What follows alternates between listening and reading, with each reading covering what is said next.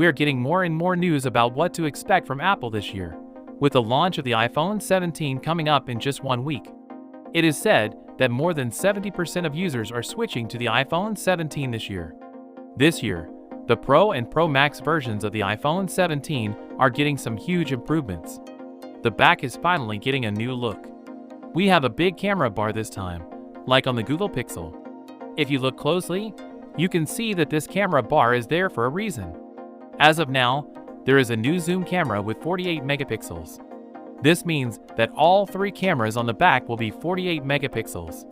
There are also rumors that Apple will be able to record 8K video, but this news should be taken with a grain of salt because many TVs can only handle 4K. The engine will be the thing that changes the most. That's how thick the iPhone 17 Pro Max will be, 8.7 millimeters.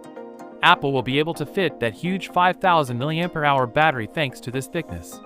The battery life on the iPhone 16 Pro Max is already great, but with this big update, things are going to get even better. I'm really excited about this new power update from Apple. The new A19 Pro CPU is also coming with this. A recent Geekbench score had some really high numbers. A lot of rumors say that a new feature will be coming this year. It will be an anti-reflective display layer. Just like on Samsung, the iPhone 17 will be huge if it gets this covering that doesn't reflect light. Say goodbye to those annoying shadows that show up during the day. Check out the clear case for the iPhone 17 Pro Max 2. It still has that white part, even though the name says clear.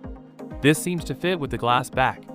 We already know that the iPhone 17 will be made of a single piece of metal and will have a cutout for wireless charging. Aluminum is less expensive and lighter than titanium, but it is also more likely to break. When it comes to charging wirelessly, the iPhone 17 series will get a new MagSafe puck this year. It is said that this will work with up to 35 watts of wireless charge. Reverse wireless charging is also said to be coming, but I'm not sure if it will happen because Apple doesn't like to add a lot of new features all at once in 1 year. There will also be an iPhone 17 Air that is very thin and has only 1 camera on the back. So with that being said, let me know your thoughts in the comment below. If you are new here, please subscribe. Peace out.